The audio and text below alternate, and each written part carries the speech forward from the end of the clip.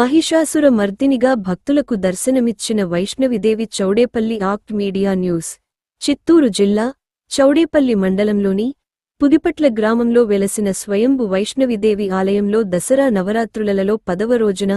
మహిషాసుర మర్దిని అలంకారంలో దర్శనమిచ్చిన వైష్ణవిదేవి బుధవారం ఉభయ దారులుగా చింతమాకులపల్లికు చెందిన వెంకట్రమణ రమాదేవి మేలింగ్ దొడ్డికి చెందిన శ్రీరాముల రెడ్డి కాంతమ్మ తిరువనిపల్లికి చెందిన మునిరాజా ప్రమీల బెంగళూరుకు చెందిన శ్రీనివాస్ రెడ్డి రమాదేవి బెంగళూరుకు చెందిన రమేష్ లక్ష్మి బెంగళూరుకు చిన్నా రెడ్డప్ప